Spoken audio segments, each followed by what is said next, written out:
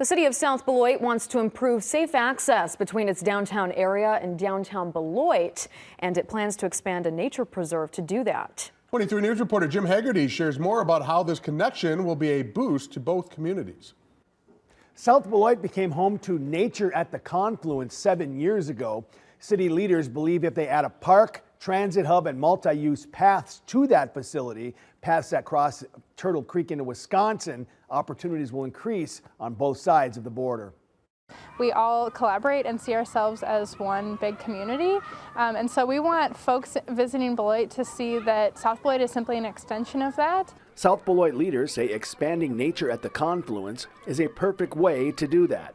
That is why the 80-acre preserve will soon include a park on its south end and an expanded border to the north. The connecting literal paths and trails to help people easily get from Wisconsin to Illinois.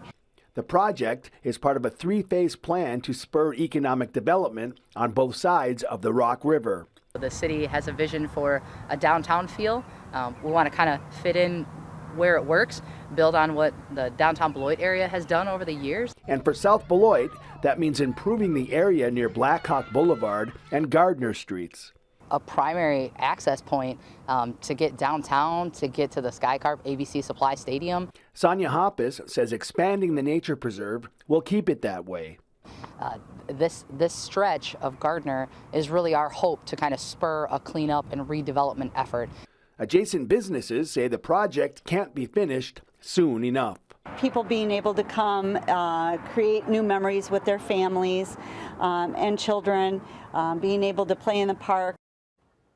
The $2 million project is currently in phase 1, which includes cleanup and remediation.